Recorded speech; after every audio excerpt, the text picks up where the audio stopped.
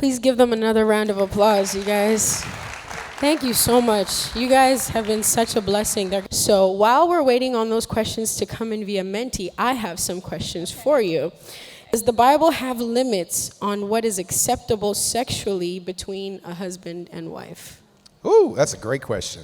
I think for us, it's always been very important to communicate and talk. Our philosophy is if you're not talking about your sex life, you're not having good sex. And so to me, sex is one aspect of marriage, but I think it's important that you're on the same page. I think it's always important that it's not a selfish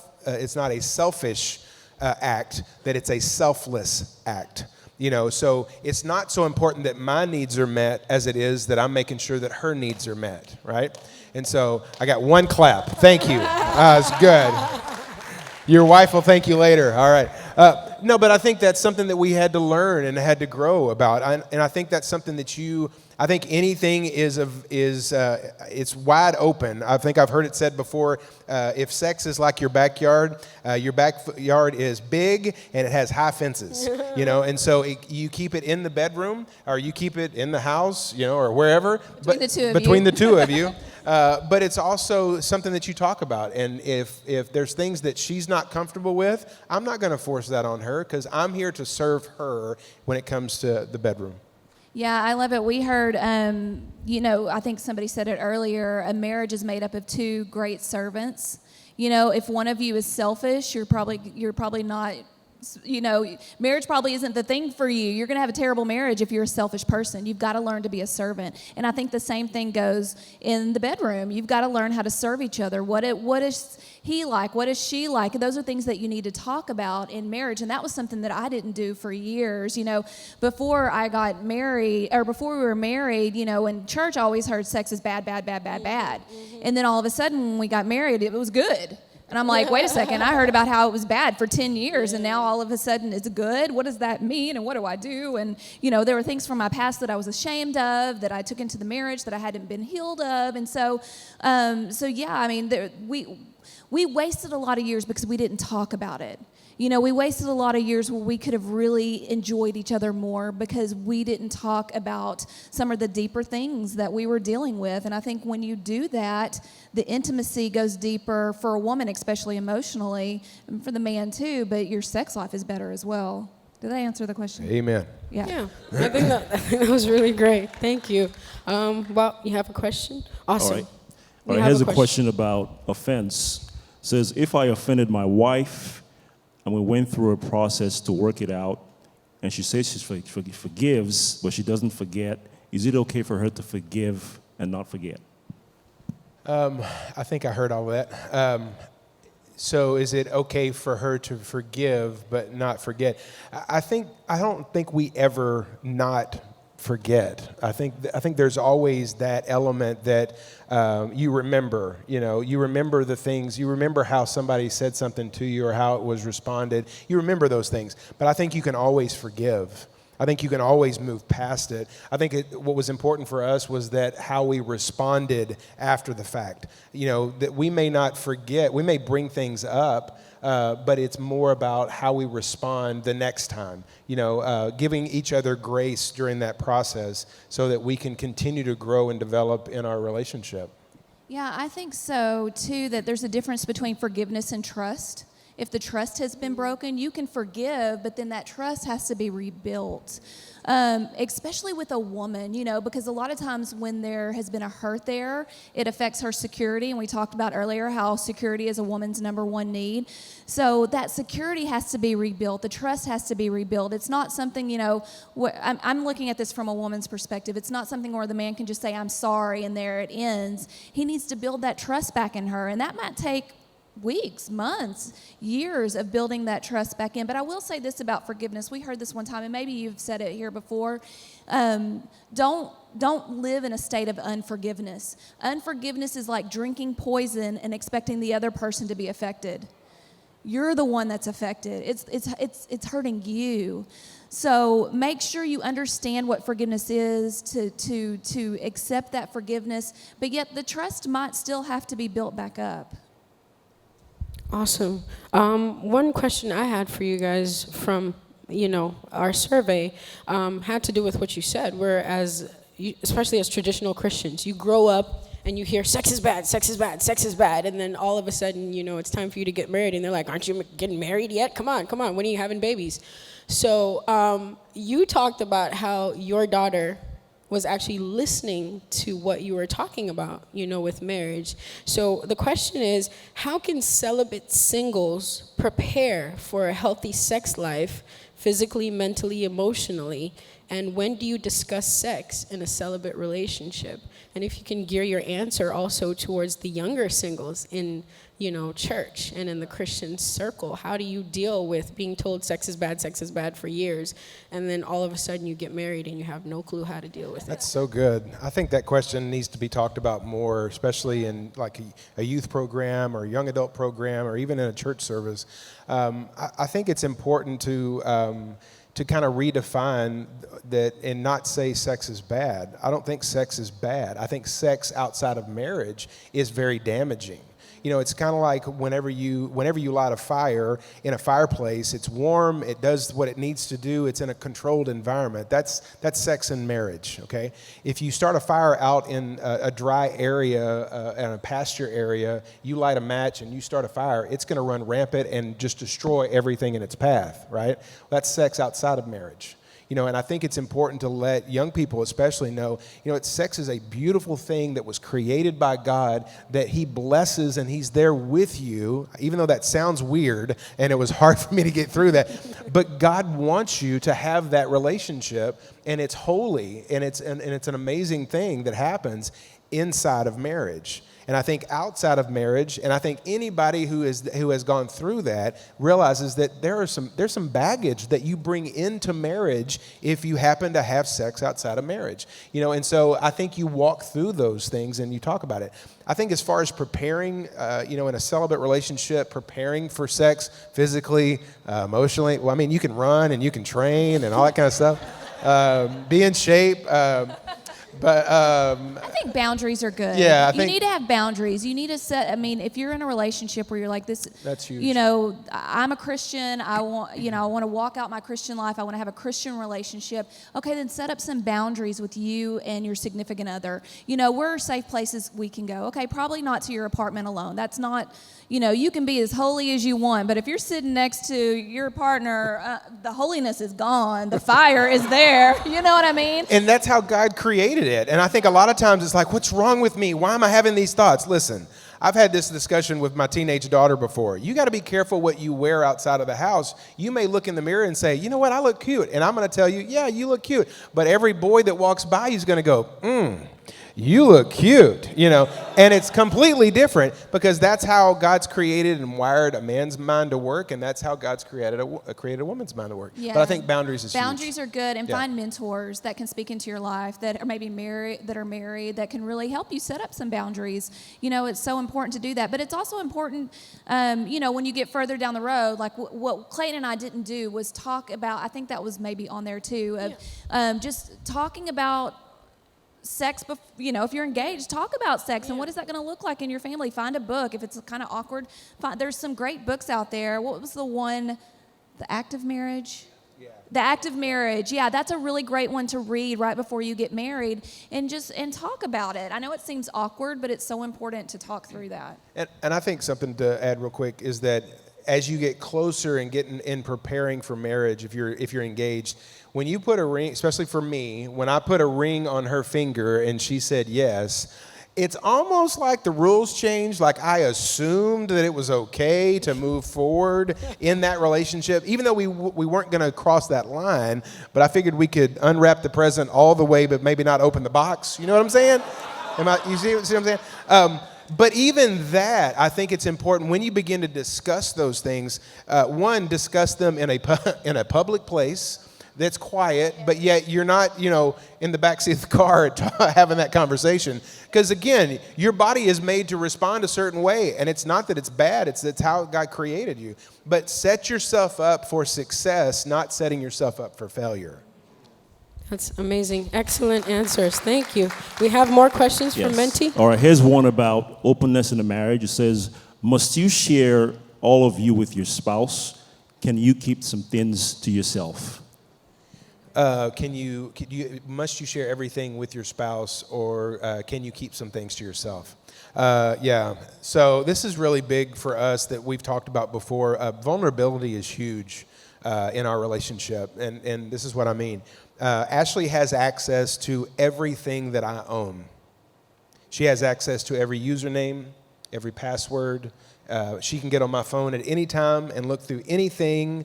I see some wives and husbands looking back and forth at each other, getting sweaty. But that's how it is for us, that even my kids have access to my computer, my iPad, my phone, and everything else. They don't have access to the bank account. That's important. Or the Amazon account. Or the Amazon we need account. To take them Gotta off cut there. that off. But no, for us, when the two become one, you have to be. There's a difference between. What did Torrin say? There's a difference between vulnerability or transparency and honesty. I can be honest with her and answer the questions that she asks me, or I can be completely vulnerable and transparent with her and answer all the questions that she hasn't asked me. So in other words, if I'm having thoughts about things that I could possibly hold on for myself, I don't keep that to myself. I'll let her know, hey, you know what, I've really been struggling with this and this and this. Hey, I want to talk to you about some things that I'm going through. And I think for men, I don't know about you guys, but I was told a man should be strong, not cry, not showing emotion, be very masculine, flex a lot, let a lot of air come into your chest so it makes you look like you're bigger than what you really are. And that's what women want. That's what I was taught. What I realized in marriage is how important it is for me to open up my chest cavity and let her into my heart, into the darkest places of my heart. Because what that does is that the security thing that she needs, that makes her feel extremely secure, knowing that I'm vulnerable enough to open up and share everything with her. There was an issue that happened about 3 years ago. We were walking after eating some lunch, and it was something that had occurred to me as a child that I had no control over, but it was extremely shameful to me. I'd never told anybody before, still haven't other than her. And I remember walking along, and it was just a point of when the enemy would come in at me and kind of whisper, well, you're no good. I know what you did. I was there. I saw you, da-da-da-da. And I remember looking at her, and I finally had enough, and I told her, I said, listen, I got to share something with you about something that happened in my past that I had no control over, but it's just been a source of shame for me. And I'll never forget her response. After I told her, she looked at me and she said, that has to be the sexiest thing you've ever told to me in my life. And I was like, really? Let me think of some other things that I can share with you. Because what I assumed would be my weakest moment, and most vulnerable moment that she could have pounced on very easily, she turned that around and said how important it was for her because it brought security into her, which is her number one need. Brought security into her, but it also made me feel like, okay, well, maybe I can open up more. Maybe I can share more things. So when someone asks, well, can I hide a little bit? Can I keep some things to myself? In a marriage, I would say no. For us, I would say no. That's excellent, because in the book of Genesis, it says the man and woman were naked and they were not ashamed. And that's part of full disclosure. We really appreciate the fact that you prayed for the singles before, we actually got into the Q&A session. And one thing a lot of Christian singles are dealing with nowadays is purity and chastity and remaining pure before marriage, even among Christian circles, because nowadays the issue of sex is so prevalent that even some Christians are beginning to think it's okay to engage in sex before marriage. So this question says, all the Christian men I meet insist on sex before marriage. They want to make sure we're compatible. I'm getting older, and he is great in every other way. What is your response to that individual? Look for some other men. I love you, and that's what I would say. That to me, I wouldn't question their Christianity, but I would say they're spewing lies to try to get what they want, because you're compatible. There's an innie and there's an outie. You're compatible, okay? When you boil it down to it, you're compatible. But I think what they're saying is that they're utilizing a relationship to get something that you promise, to be able to grab something that you can hold on to that's not theirs to take. And that's the same thing. I would tell that to my daughters. I would tell that to then they're not really the men that you're looking for.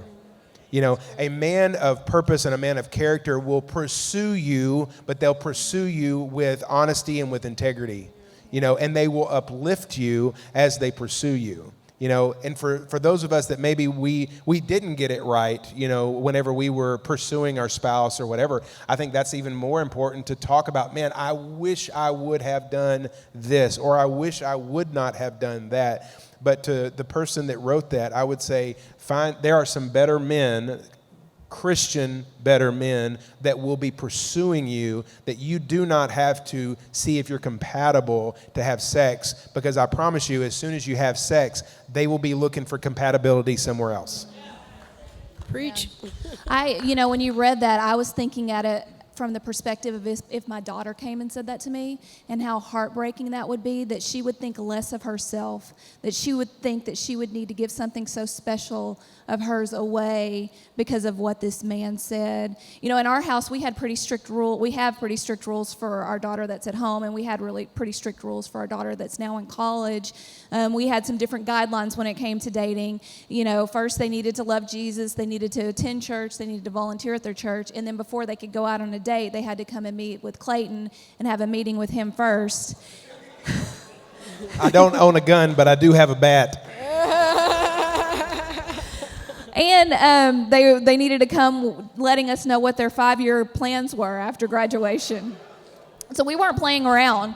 And so there was one time where our daughter Addison, she was really wanting to go to a homecoming dance with a friend from church. And Clayton was like, that's fine. I think he's a great guy, but he needs to come meet with me.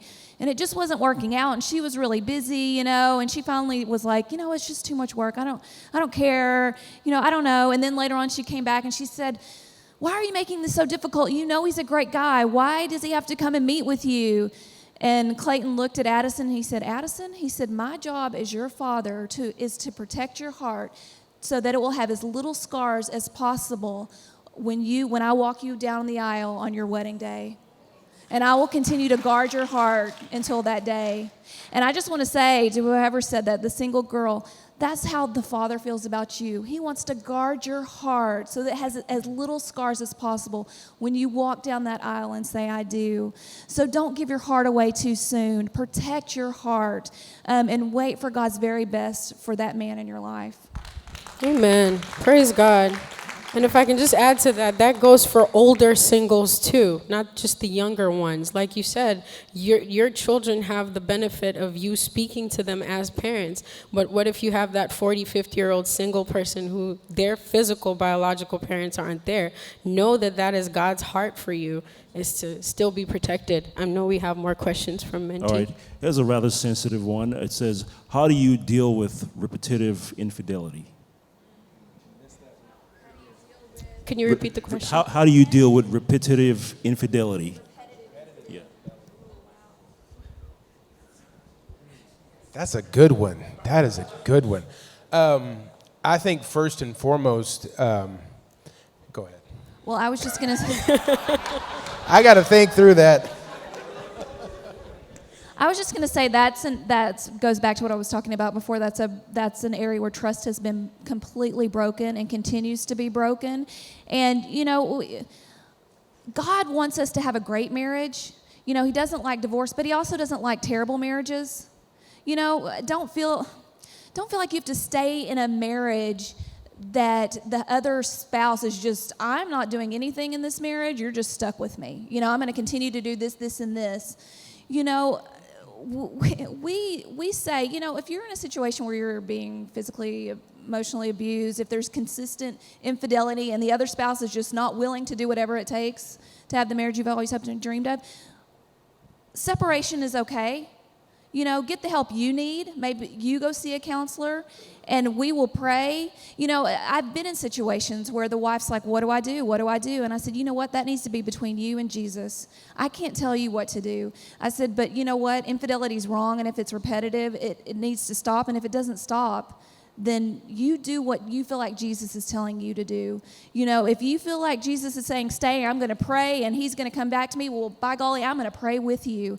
But if you feel like, you know what, I feel like there's peace for me to leave and get out of this situation because he's not, because we all have choice. We're not robots. We all have freedom of choice. And if the other spouse is just not going to do anything about it, then God doesn't want you to stay in a terrible marriage. That's not his heart either.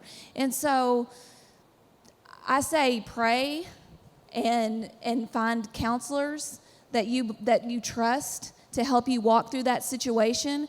But, I've seen it both ways. I've seen it where I've stood beside someone and prayed with them, and the spouse turned around and gave his heart completely to the Lord, and they worked on the marriage. It was great. And I saw one where the spouse was like, I'm not changing. Too bad. You're stuck, and I'm like, and sadly it ended.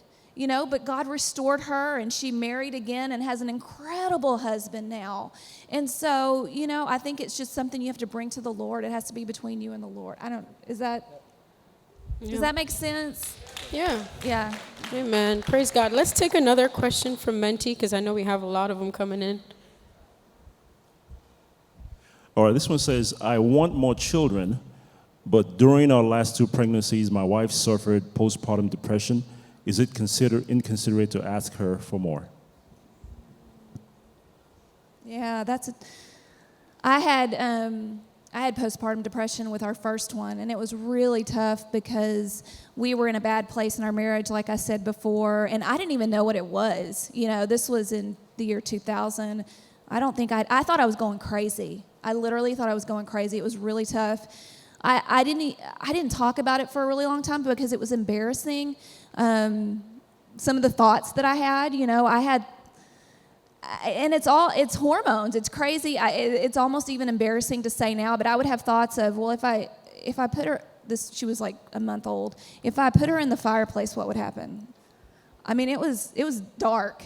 I was scared to leave my house and with her in the car because I was afraid I would have a wreck on purpose to hurt us. And that's so embarrassing to say because you're like, oh, people are going to think I'm crazy. But it was just, that was me. I know everybody's experience is different with postpartum depression, but that's what I was dealing with. Plus, our marriage was in a terrible situation.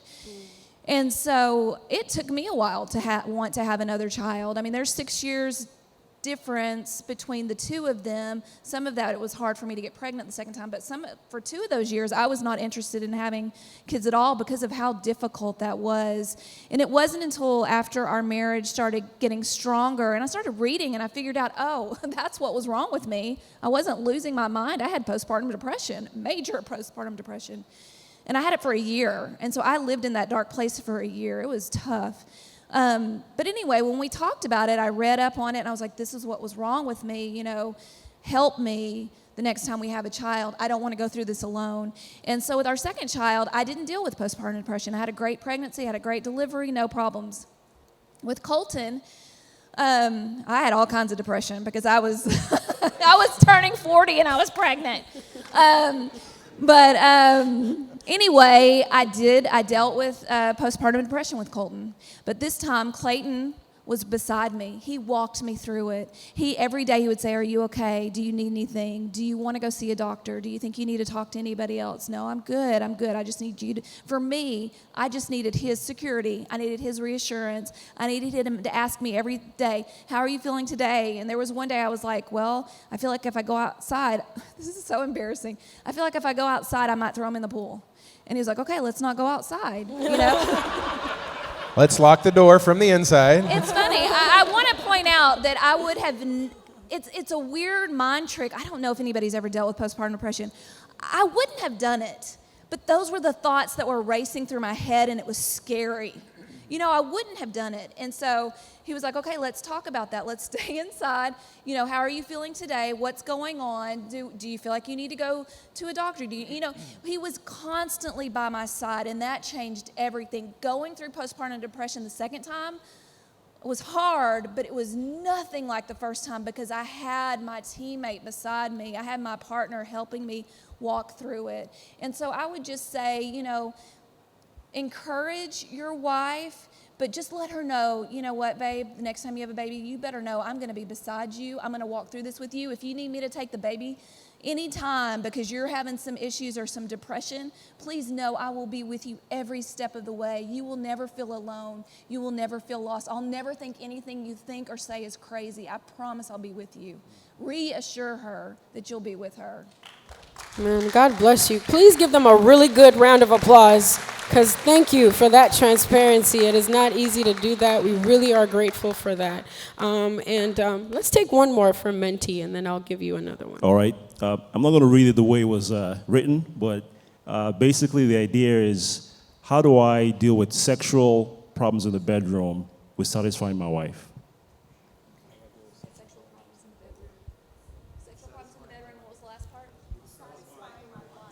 Satisfying my wife. It kind of goes back to what we talked about earlier. If you're not talking about your sex life, you're not having a good sex life. And then you can also say, well, when do you talk about sex? Well, whenever's most convenient. Probably not in the bedroom, but I would say talk about it prior to. And I think it's a combination of, being willing to do whatever it takes, and so you're having those conversations of, well, what do you like? Well, what do you don't like? And not judging each other based on that. Again, you're in there to be selfless and to satisfy whatever needs she had. We decided early on in our marriage, listen, women are like crock pots. You probably heard that before. Kind of takes all day to warm up, put all the ingredients in. It kind of takes some simmering to get to that level, right? For men, we're kind of like microwaves. Bing! We're ready, right? It's just, that's how God made us. And I'm sure, golly, I'm going to ask him when we get to heaven, God, why? But I think it goes back to having those conversations about, I know early on we had conversations outside the bedroom to where I assumed that she liked A, B, C, D, and E. But then she told me, I'm okay with A. B, it doesn't do anything for me. C, meh. D, I like D a lot. And so kind of going through having that conversation, and then having the conversation where she's asking me that same thing. Do you like A, B, C, D? And I'm like, yes, all of the above. But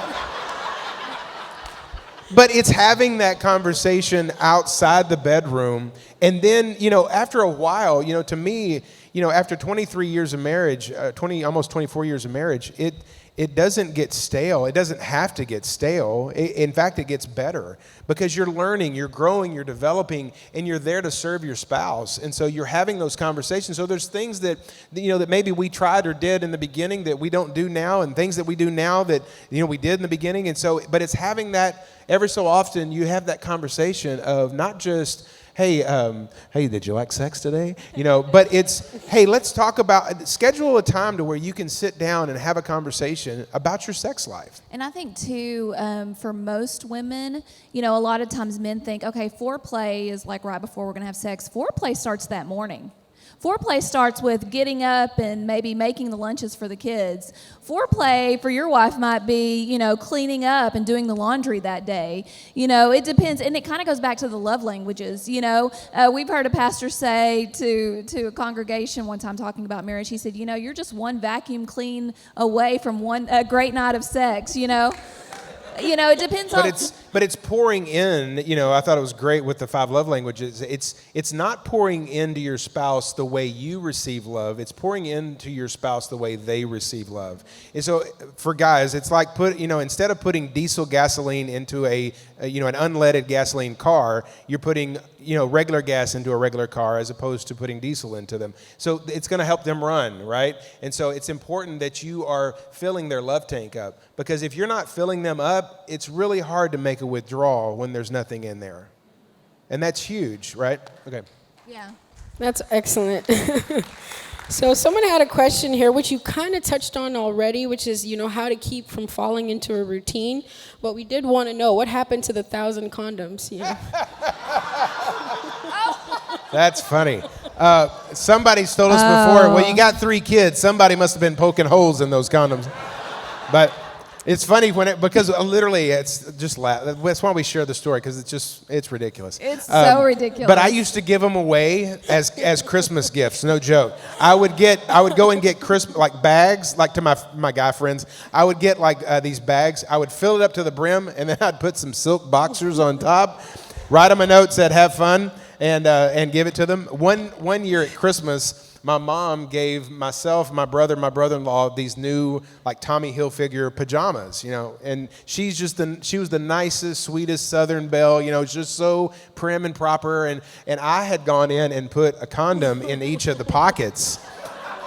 And so we're standing there. She wants to take a picture of me and my brother and my brother-in-law and say, okay, say cheese. And I, pretend like I look in my pocket. I'm like going, Mom, what are they putting in these pajamas now? And she looked at me and she goes, I will never buy Tommy Hilfiger ever again. So there was one time, another funny story about those condoms. That little log cabin we lived out in the hayfield, well, the fire had broken out about a mile behind our house, and we got a phone call that said to evacuate your house and get out as much as you can. So we called, our house didn't burn, it didn't get to our house, but we called a bunch of our church friends to come over and help us move our furniture out of the house. Well, that bag was under our bed. Not the used ones, the new ones. Okay.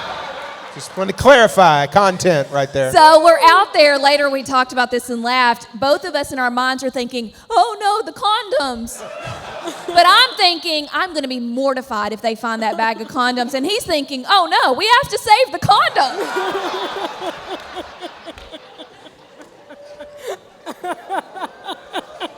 You don't know I was thinking that. You don't know. That's awesome. Thank you. Let's take one more question from Menti. Our time is almost up, so this may be our last question. This one is about leadership. It says, how do I allow my husband to lead our marriage? That's how do I let my husband lead our marriage? I think for us, we try to tell people that, you have a call and a passion and a gift and strengths that God's empowered you and a destiny that God's empowered you in. It's almost like running in track. You're in a lane that God's gifted you in to run and to go. And your spouse, when they come alongside you, they have a lane that they're running in, and they've got passion and gifts and strengths and a destiny that God's given them. It's just so happening that you're now running side by side, holding hands. And based on the strengths and gifts and talents that God's gifted Ashlee, there's times that she takes the lead because of the gifts and strengths that God's given her, and I'm completely secure with that. But then there's times to allow me to use my gifts and strengths and talents to run out in the lead while we're still holding hands, because we're still together.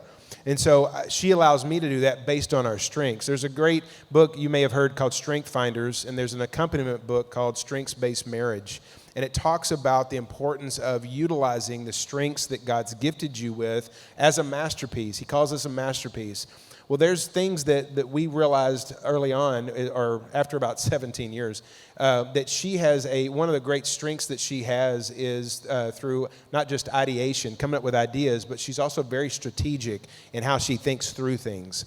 And so she wants a plan A, a plan B, a plan C, a plan D, a plan E. I can operate that way in my job, but at home I don't necessarily operate that way. But for me, one of my top strengths is positivity. I'm always positive. It's going to be great. Everything's going to be wonderful. And so we allow each other to do that. Well, if you're not keying in on what those strengths are, it can be a little frustrating. There was a time in our marriage, or it was after 17. Our daughter was turning 13. Yeah, she was turning 13, and we were getting ready to have a party, a birthday party for her outside. And the first question, it was like 5 weeks away. And the first question, she goes, "Hey, we're going to have a party outside. What are we going to do if it rains?"